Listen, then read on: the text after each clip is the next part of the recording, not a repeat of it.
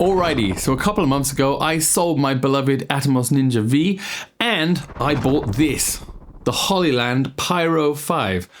Now, was this a reckless idea or a genius choice? Let's get into it. Alrighty, so before I explain why, let's just have a look at the specs. A quick overview of the specs of this monitor. Now, it has a 5.5 Full HD touchscreen, a screen brightness of 1500 nits, which is pretty damn bright. A pretty solid build, although not being the aluminium build of something like the Ninja, it has a really solid feel to it, and it has two Core 20 mounts, one on the bottom and one on the side. HDMI in and out, and in addition to that, it has SDI in. It has a USB-C port, which allows you to connect it to your camera, and depending on your camera type, control the camera from the screen of the monitor. DC in, so you can power it from an external power source, although to be honest at this point that should be standard on pretty much everything nowadays. An SD card slot for recording proxies and putting your LUTs that you want to use onto the monitor. And as you can see by these little aerials on the top that look kind of like cat's ears, it is a wireless transmitter and receiver. So I think you can start to see why I got rid of the Ninja V and got this instead. So when I first got an on-camera monitor years back, the market for on-camera monitors was basically dominated by two main companies, Atomos and Small HD. And the thing that drew me from the Small HD to the Atomos was the fact that the Atomos could record. It was a recorder and a monitor, and with my Sony cameras, it would allow me to externally, via the HDMI port, record RAW or ProRes RAW, not full RAW like you get on a Red, but it was raw nonetheless. And so at the time, me just seeing the fact that it could record raw and not thinking about any of the rest of the things which go with recording raw, I was like, I need that one. It's great. I don't mind paying the money for it. The Atomos, FYI, is a lot more expensive than the one I've just bought. I think I have actually recorded the raw on maybe 3 projects because there is so much more to recording raw that you don't think about. Apart from file size and the extra amount of post-processing which goes into it, the benefits really didn't make it that much of a difference for me. I just needed 10-bit S-Log3, and that suits me for nearly 99.9% of projects I shoot.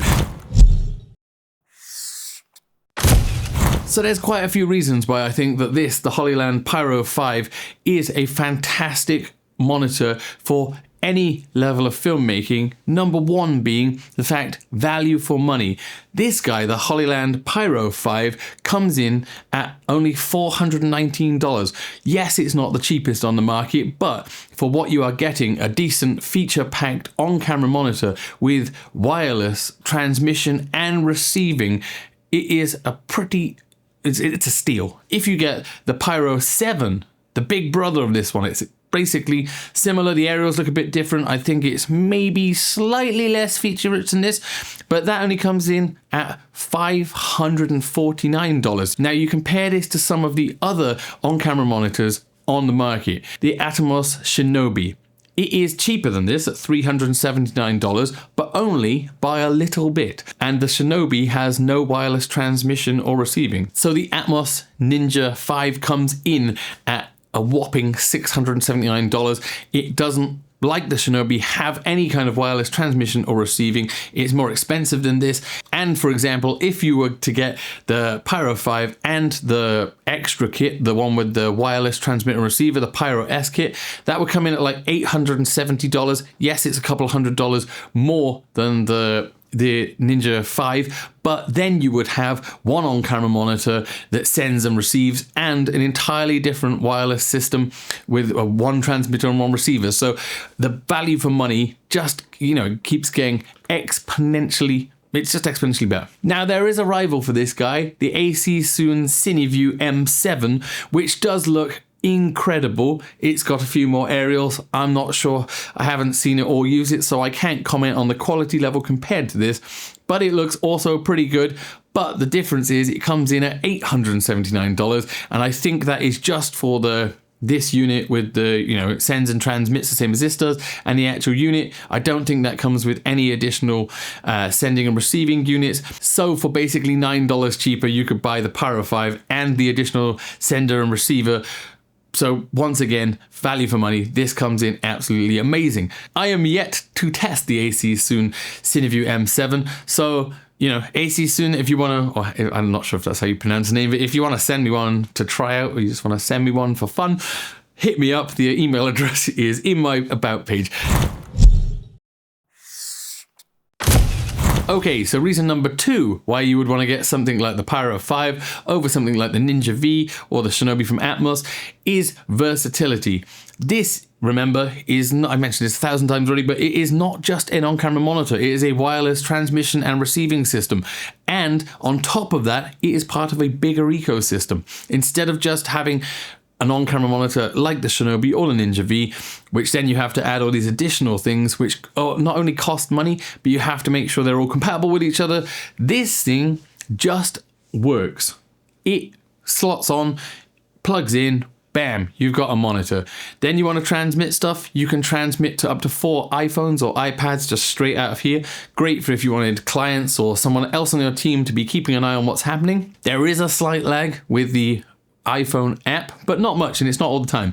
Now, if you wanted to add in something like this, the Pyro S, this is the transmitter. I don't have the receiver on hand. You could have more cameras, and as long as they are all within the Pyro S or the Pyro monitor system, like the Pyro 7, the Pyro 5, the Pyro S, all of these systems all work and just integrate perfectly well. Now, if you didn't need SDI, there is a cheaper option as well. You could go for the Pyro H, which is the same as these.